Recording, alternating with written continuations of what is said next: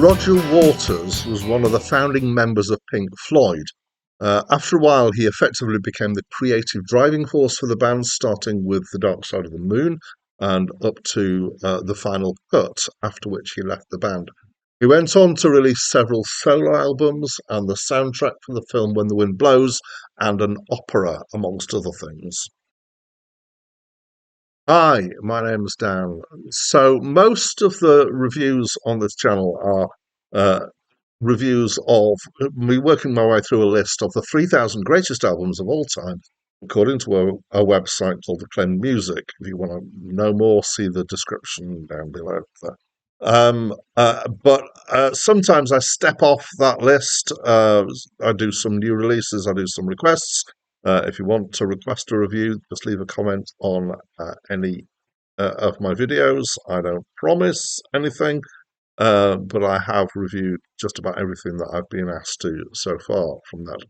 Um, I also do a couple of series where I've basically picked what I want to do. And in fact, there are three of them. So one of them is Criminally Missing. So they're albums that I think really should be on this list of the 3,000 greatest albums of all time and are well known enough that they could be.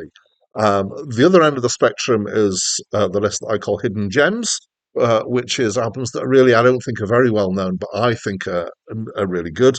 And then there's kind of middle ground, which is the kind of partly known. They probably wouldn't get the list, but I still think they're worth a look and a listen. And I call them Dan's Picks. And this is one of those.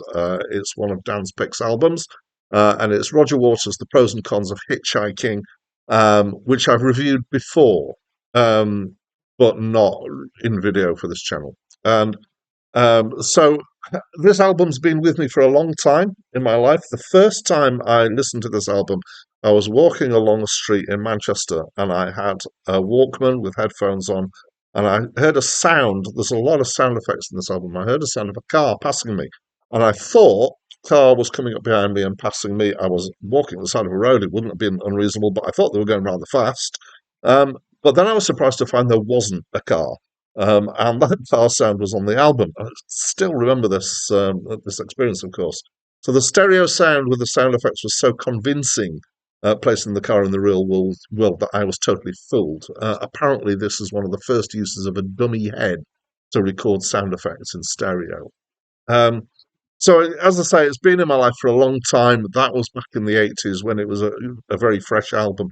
I've listened to it many times. It's probably one of my most played albums in my life. It's been a go-to album, and I can actually sing along most of the album verbatim. I make occasional mistakes, but yeah. So the context of this was Roger Waters was kind of the guiding light of Pink Floyd for quite a few years. And he was, I don't know if he knew he was getting towards the end of his tenure at Pink Floyd. There were certainly tensions that were starting to build there. But there was a point in time when he came to the rest of the band and he said, I've got two concept projects that I want to do.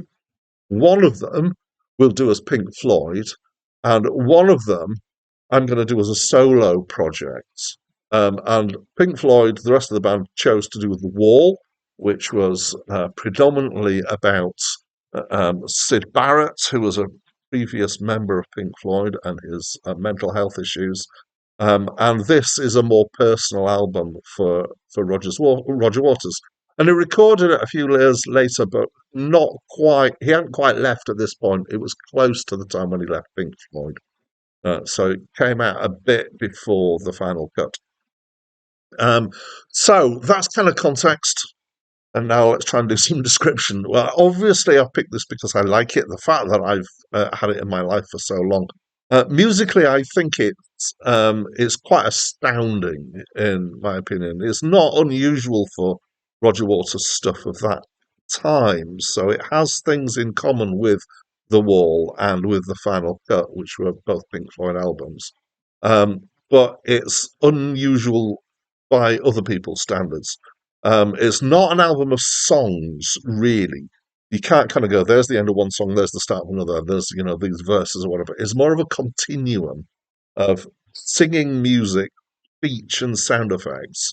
It's all kind of music. It's all changing and evolving. And unlike a lot of prog, it's actually musically very accessible. It's kind of, other than the structure of it, you would say it's just straight rock rather than being prog, and kind of the scope of it, I guess. Um, but the approach with this being this continuum is kind of, in some ways, it's a bit like classical music in that he has repeated themes and motifs. He's got a few kind of runs of just a few notes that come up over and over again. And in fact, he's developing some of the same ideas that you hear that were in The Wall, which was previous to this, and that some that you can hear coming through to the final cut, which is after this. And he's exploring the same few notes in the same order. But in some ways, it's a bit like Beethoven with his Fifth Symphony when he just takes a motif and just explores it. And you'd think that this kind of meant that there was, a dearth of ideas, but no, because it's so well executed. Basically, it just ties the album together and pulls it together as a musical whole. Um, so, because he's outside the Pink Floyd banner, he doesn't have Dave Gilmour on guitar. And one of the things about Dave Gilmour that I really like is that there are very few guitarists who can take a line of notes, of relatively simple notes, and imbue them with such emotion and just kind of reach down into your spine, bypassing your brain and going. "Urgh." So Dave Gilmour's somebody who could do that. Gary Moore could do it. Gary Moore was an absolute master of it and is a sad loss to the world. Ry Cooder can do it, and Eric Clapton can do it. But there are others as well. This album features Eric Clapton on guitars, both electric guitars and resophonic guitars, and it's beautiful, his guitar playing on here. It's expressive and ethereal. Um, but I have to say there is one instrument on this album which outstrips that even. So the guitars are great, but if you want real soul-wrenching stuff, you need a good sax player. And one of the best sax players that was around at the time for doing this kind of stuff is a guy called Dave Sanborn. And yes, he's on this album too. So we've got Roger Waters' music, we've got Eric Clapton's guitar, we've got Dave Sanborn's saxophone, and we've got, several other people as well, and we've got some great backing vocals in a kind of gospel style, all tying it together musically. So I love it musically. Vocally, right, so he's got a particular style. He manages to sing in kind of different styles in different songs in some ways. He's quite theatrical, quite expressive. It's definitely feeling what he's singing.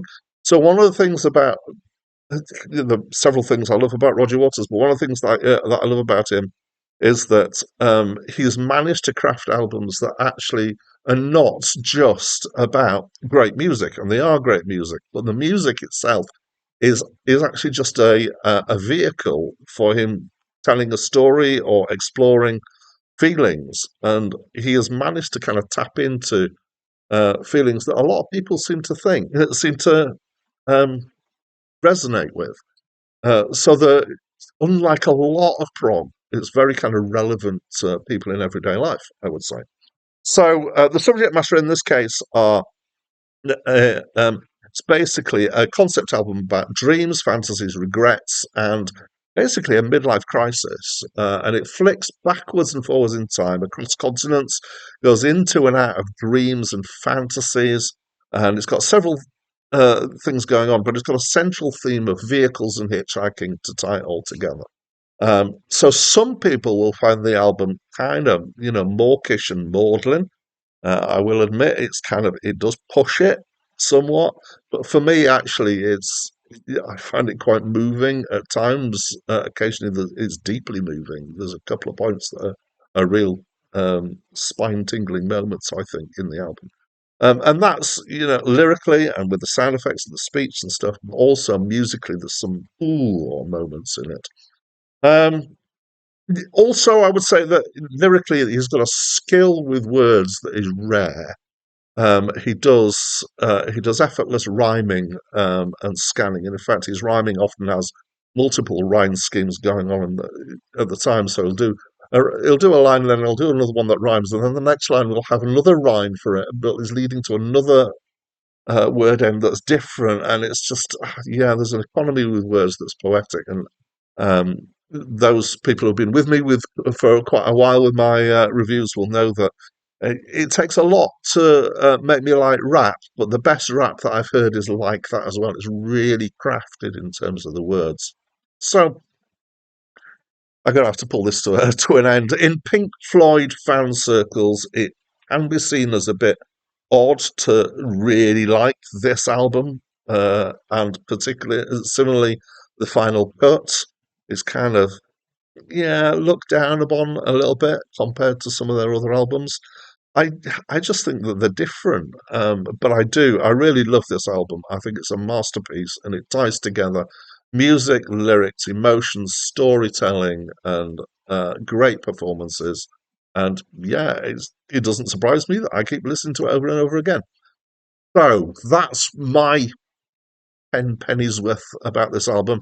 I'd love to hear anything that you want to say about the album, so please do talk to me and everybody else who's going to read them through the comments.